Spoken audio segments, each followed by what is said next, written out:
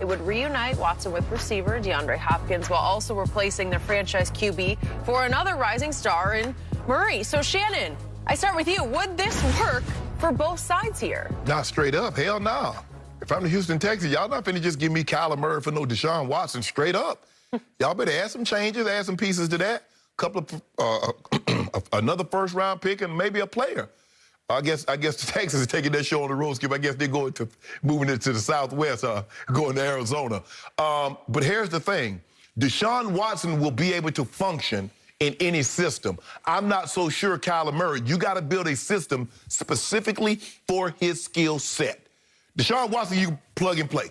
Take him, put him in the West Coast, put him in Cliff Kingsbury's system, put him in wherever you want, Skip. He ready to go.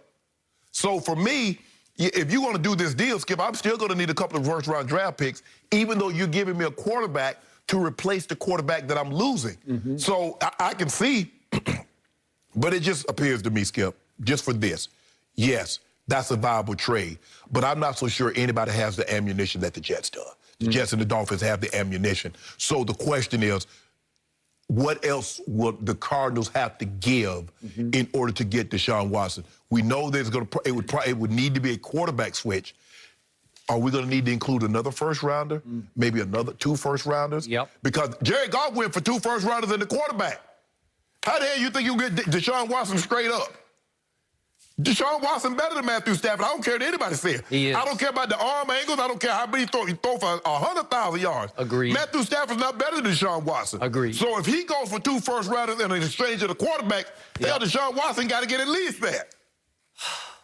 Okay, let me start by saying the John McClane, who has covered the Houston Texans and Oilers for years and years, is as great as the John McClane in one of my favorite movies, Die Hard. So they're equal to me. And that's for me, that's saying a lot, because I love me some Die Hard. Yes. Love Die Hard 3, Die Hard 4, not so much Die Hard 2. You like the first one? No, the first one was a great one. Yeah. That was a great one. Not 2. Okay. The one at Dulles, no good. Okay. But anyway, the point is that when John McClane in Houston speaks, I listen. Yes. So he came up with this concept, and I'm sure the Texans are now at least listening to a guy who is better at running the Texans than anybody who works for the Texans is. So I love the concept, but I am with you times 5 on what you're talking about, because, yes, the Texans would get an exciting quarterback back. Yes. One who is reasonably proven. We've seen enough. I think you came around on him and said, okay, he's viable. He can work in this league, but he's whatever he is, he's barely over 5'10", so it's always going to be a little bit of a drawback. Right. He's going to have to overcome his lack of size the rest of his career, because Tom Brady was always 6 feet 4 inches tall from the start. Exactly. Okay, so to me, Houston would deserve extraordinary more back with Kyler Murray. I would ask for 3 number 1s plus Kyler. At least you'd have Kyler to start over with. Right. But he's just not Deshaun, and he's never going to quite be Deshaun. Right. At his best, I don't think he'll be at Deshaun's best. Okay. So if I'm Arizona and I had the opportunity to swap quarterbacks to upgrade to Deshaun, and they wanted 3 number 1s, I would think hard about it. What about this? What about this? What about Kyler, 2 number 1s, and Buda Baker? Ooh, that's a lot, too. Yeah, I'd do that. Because he's worth a number 1 to me, because he's playing like a number 1. I mean, he is a number 1. Right. Because you need some defensive help. That defense was trash last year. That's fine. But you need a lot more than just Kyler, because just to say, we'll take Kyler because we don't have anything else, that will not work. But I do think there's something here that would work for Houston. Right. Because I'll do this. If it's the Jets saying you can have Sam Darnold, I'm taking Kyler over Sam Darnold any day. But the one thing the Jets do have, Arizona, they got boatloads of picks. Boatloads. They got their picks. They got their pick. They got Seattle pick this year and next year. So that's 4 first-rounders, Skip, in the next 2 years. Yep. Plus Sam Darnold. Now, is Sam Darnold better than Kyler Murray? Hell no. But if I can get Sam Darnold, what if they say, well, we'll give you Kyler and 2 number 1s, and the Jets says we'll give you Sam Darnold and 3 number 1s. Well, I'm taking Sam Darnold and 3 number 1s. Okay. All right. But still, it's intriguing to get Kyler Murray because, man, Oh, he's back home. Now, I don't know how close, well, he's not close to Houston, but he's a Texas kid. He's from the Dallas-Fort Worth area, right. Allen, you know, so... Skip, they might force Kyle to go back and pick up a baseball bat. He started at Texas A&M, which is about 80 miles from Houston, but whatever, it didn't work out at Texas. Skip, he might pick up, he's like, hold on, I ain't signed up for the Houston Texans. I might have to go pick up my baseball bat. That would be the ultimate problem that you would have to figure out, that he would be all in for you with the Texans. And by the way, he was spotted the other night at a Phoenix Suns game wearing an A's hat. And what was the message? Like, am I still thinking about it? If y'all trade me, if y'all think about trading me, I'm thinking more about it. Maybe that's why he wore the hat, because he said from the start, baseball is my first love. Right. But football was what he played better. You know, he's pretty good, though. He was the 8th overall pick by Billy Beane in the Oakland A's. Yeah, Skip, but when you look at a Mookie Betts guy, and you look at some of these $300 million contract, this $400 million contract that Mike Trout, it's hard to. I mean, you see, the Padres got 2 guys making $300 million on their roster. Okay. But would that ultimately make you as happy as it would playing football? Because you're at bare minimum 6 years away from that kind of money. Unless Tatis, he got it with 4 years before he even got the arbitration. Okay, that's a very. Is he Fernando Tatis Jr., Skip? I don't know if he's that.